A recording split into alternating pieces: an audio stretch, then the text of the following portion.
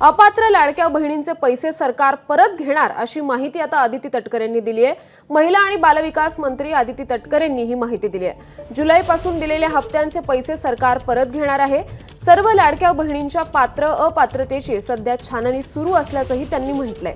अपात्र बहिणींना कळवून त्यांच्याकडील पैसे सरकारी तिजोरीत जमा करू असंही त्या म्हणाल्यात।